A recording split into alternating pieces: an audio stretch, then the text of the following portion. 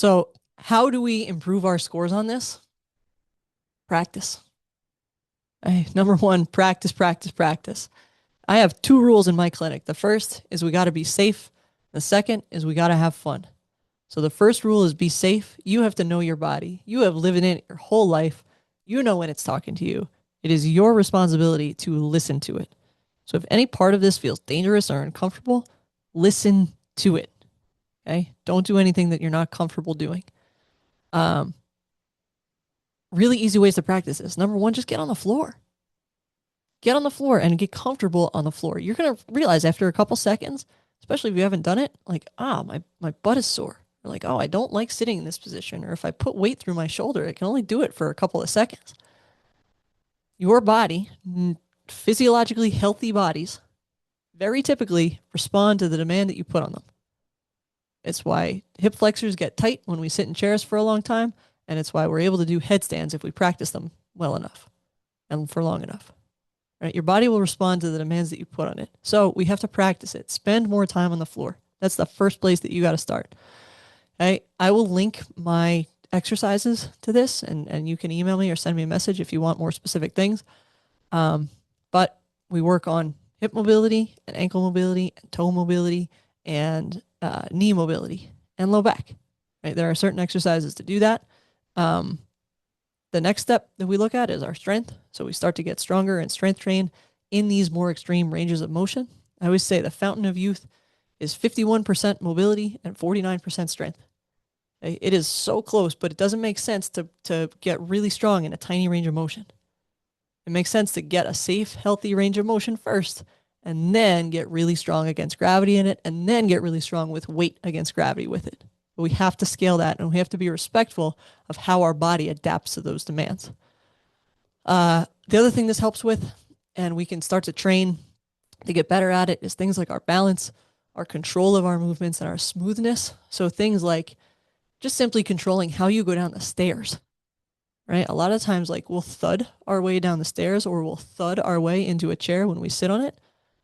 And we just let gravity win when we do that. So if we can find other ways to fight gravity in activities you're doing anyway, getting up and down off the toilet a couple times a day, right? That will help you improve this score significantly. Again, if you do it consistently over a long enough amount of time. You can always modify this too. Like, I've had patients who have had like ankle fusions.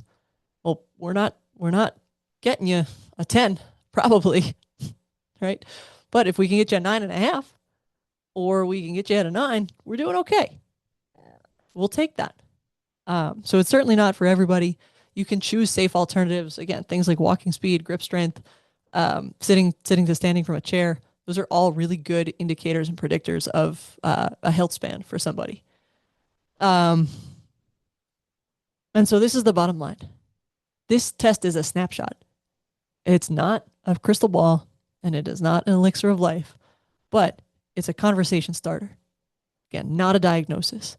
Don't ignore it if you scored a 3. You should want to get better at this, right? Don't neglect the rest of your health if you score a 10. You should still go run or do some type of cardiovascular endurance exercises.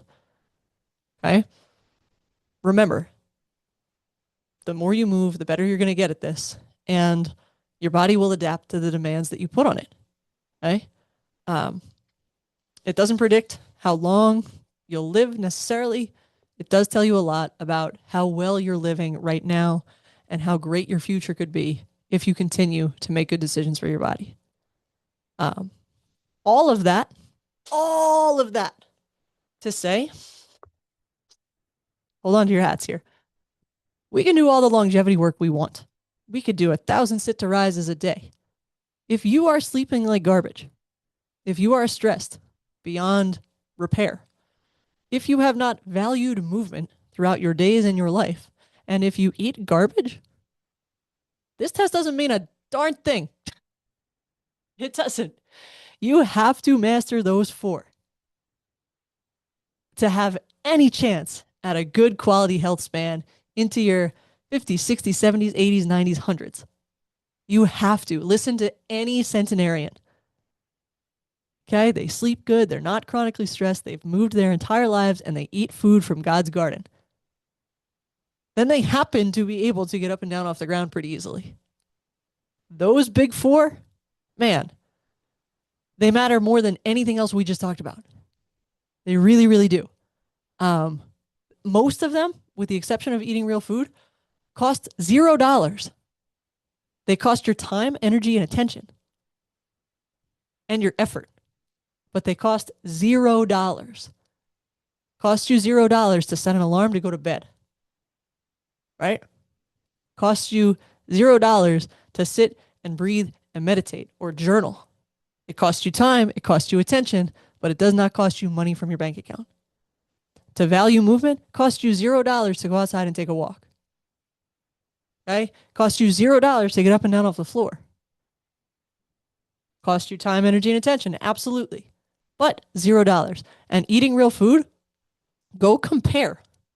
Go compare the receipts of a grocery list for food that's been highly processed, and I'll put that in air quotes of food, right? Highly processed, things that have a long shelf life, and less processed or not processed things that maybe don't have a long shelf life. Right? Go compare the two and decide.